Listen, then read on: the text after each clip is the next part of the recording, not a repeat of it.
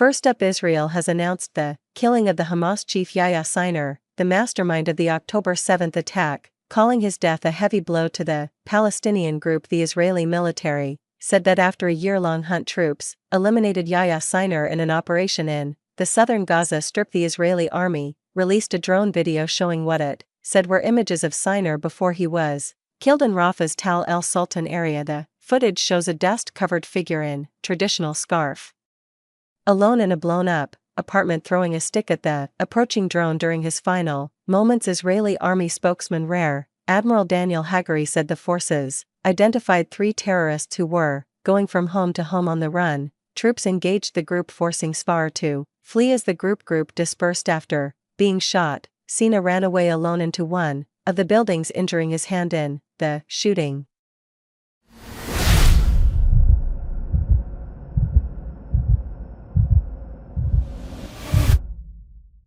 We identified him as a terrorist inside a building. We fired at the building and then entered to search. We found him with a gun and 40,000 shekels. He was on the run, fled, and our forces eliminated him.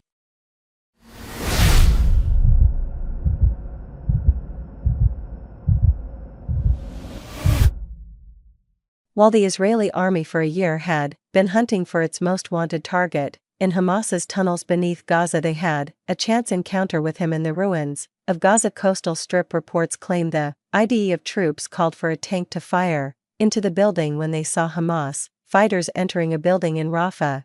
Afterwards, the soldiers found 3 dead men in the rubble and were struck by the familiar look of one of them. First, the troops noticed a mole next to the man's left eye. Then his chipped teeth matched the photos of Sinwar's mouth with the photographs of his teeth and the DNA samples recovered for testing. The Israeli police explained how it identified the body of the Hamas leader after it was taken to a forensic facility in Tel Aviv.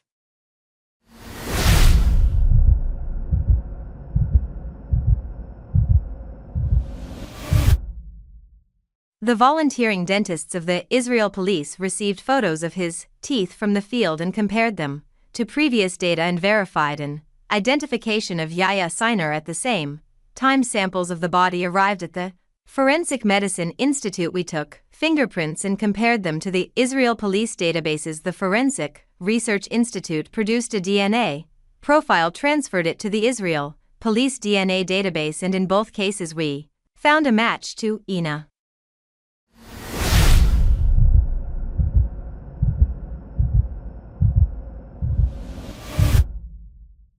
The Israeli Prime Minister Benjamin Netanyahu said that the killing of the Hamas chief is just the beginning of the end of the war in Gaza. He said there could be an end to the war in Gaza if Hamas laid down their arms and returned all the hostages.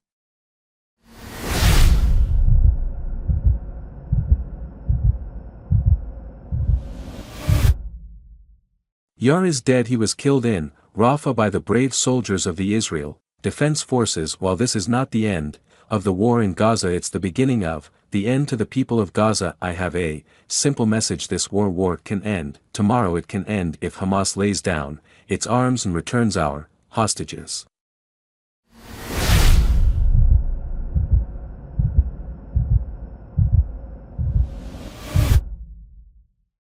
The Israeli army said no hostage was with the Hamas chief Yahya Sinwar when he was killed by the IDF. Hamas has not yet confirmed Sinwar's death. Al-Maj, a Hamas-linked website that publishes about security issues, urged Palestinians to wait for information about Sinwar from the group itself. Born in 1962, Sinwar was named as Hamas's overall leader following the assassination of the political chief Ismail Haniyeh in July. Once tasked with punishing Palestinians suspected of informing for Israel, Sinwar made his name as a prison leader. He emerged as a street hero in Gaza after serving more than 20 years in an Israeli jail for masterminding the abduction and the murder of 2 Israeli soldiers and 4 Palestinians. He was freed in 2011 as part of an exchange of more than 1,000 prisoners for one kidnapped Israeli soldier held in Gaza. Sinwar then quickly rose to the top of the Hamas ranks.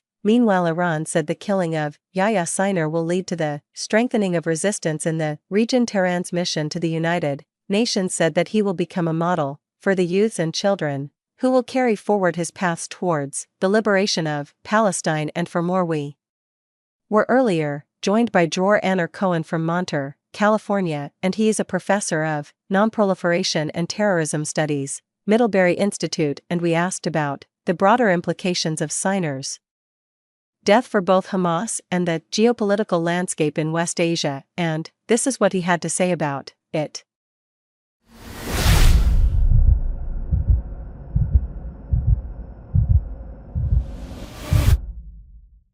I think that the implication of is killing are tremendous at low, potentially, tremendous at really is some world leader already implied allow us for the first time to see the end of this year, long of the worst world in the Middle East has seen as witnessed 4 decades perhaps, ever it allows to have the next chapter which is the release of hostages, done without the stubbornness of IRR. Essentially in recent months they not allow that negotiation to continue it weakens the Hamas as an organization in tremendous way, and Hamas will have to recon and to rethink its future. The center of power of Hamas is likely to move from the inside of Gaza, the Gaza Strip, into the outside to Qatar. Possibly Kad Michel will be the next leader, and it would allow, I think, to have, if it would be done well, to see the end of the conflict vis also Kassala, and possibly even Iran. So the potential there is tremendous. Whether leaders will be able to take to translate this great operational success into strategical, I think it's still open question.